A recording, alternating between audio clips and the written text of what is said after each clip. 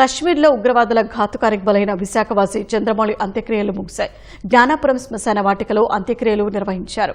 మంత్రులు, ప్రజాప్రతినిధులు హాజరై చంద్రమౌళి మృతదేహానికి కడసారి నివాళులు అర్పించారు. కశ్మీర్ సందర్శనకు వెళ్లి పహల్గామ్ ఉగ్రదాడిలో ప్రాణాలు కోల్పోయిన విశాఖవాసి చంద్రమౌళి అంత్యక్రియలు ముగిశాయి.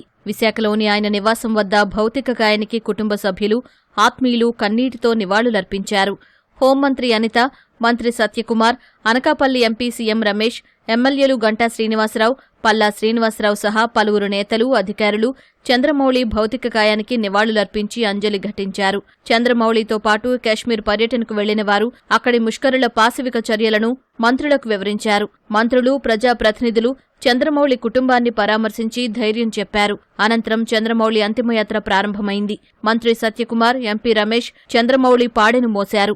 ఆయన కుటుంబ సభ్యులు, ఆత్మీయులు విలపించిన తీరు అక్కడి వారి గుండెలను పిండేసింది.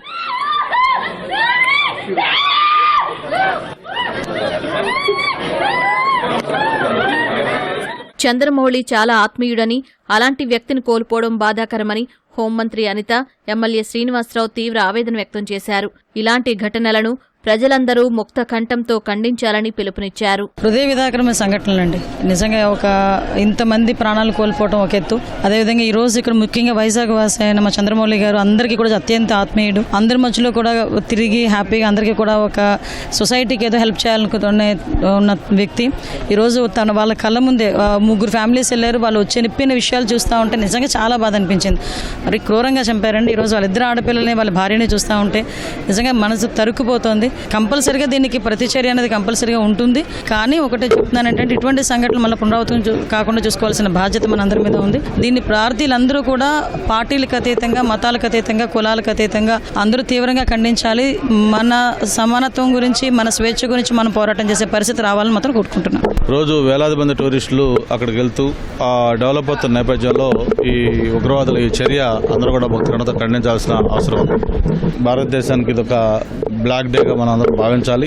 ఎవరైతే ఈ చర్యలకు పాల్పడ్డారో వాళ్ళు ఖచ్చితంగా దానికి భారీ మూల్యం చెల్లించుకునే పరిస్థితి వస్తూ ఉంది. భవిష్యత్తులో ఇంకొకరు ఇటువంటి చేయాలంటే భయపడే విధంగా తప్పకుండా మన చర్యలు ఉండాలని కూడా అందరూ కోరుకుంటున్నారు. మాకు బాగా కావాల్సిన వ్యక్తి చంద్రమౌళి, ఒక మంచి వ్యక్తిత్వం ఉన్న వ్యక్తి. అటువంటి చంద్రమౌళి గారు ఇలా దుర్మరణం పాలు కావటం చాలా చాలా బాధాకరం. ఆయన ఆత్మకి శాంతి కలగాలని వాళ్ళ కుటుంబ సభ్యులకి ప్రగాఢ సానుభూతిని కూడా తెలియజేసుకుంటాం.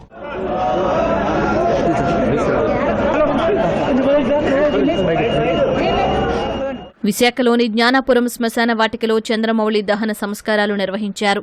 విశాఖలోని ఆయన నివాసం నుంచి ఊరేగింపుగా భౌతిక కాయాన్ని శ్మశానానికి తీసుకొచ్చారు. బంధువులు, ఆత్మీయుల సమక్షంలో చంద్రమౌళి అంత్యక్రియలు ముగిశాయి.